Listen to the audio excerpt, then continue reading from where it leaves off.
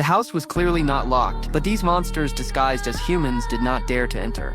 The woman could only touch the charm stone that suppressed the ghosts and pray to survive until tomorrow morning. Because every night, these monsters gather in the town, specifically to eat human organs, leaving only when dawn arrives. Last night, the man got drunk, and not only did his wife and daughter get into trouble, but the people in the town were also affected. Because whenever someone dies in the town, new people will wander in. Sure enough, on the day of the funeral, an RV drove into the town. After learning that the man's family was lost, the sheriff pointed ahead, and the man drove off. But strangely, no matter how the man drove, they could not leave this town.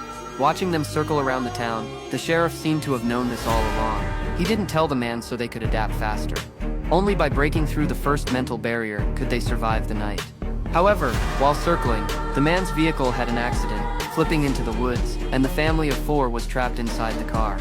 The sheriff had prepared roadblocks in advance, but he still hadn't seen the man's family return.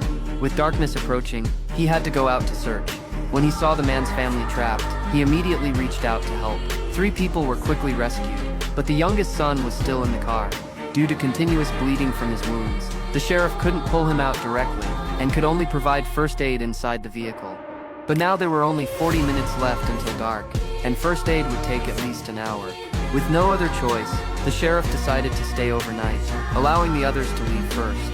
As it got darker, the sheriff looked at the charm stone in his hand, and could only place his hope on it. Then he hung the stone on the car. The man was a bit confused, but the sheriff did not explain immediately. He sealed all the openings before telling the man what would happen next. At that moment, the youngest son began to convulse, and a chorus of growls filled the air. When the sheriff looked outside, he found that the monsters had quietly approached, and more of them were gathering. Even the sheriff felt a chill down his spine. It seemed that whether they could survive the night had become their biggest problem.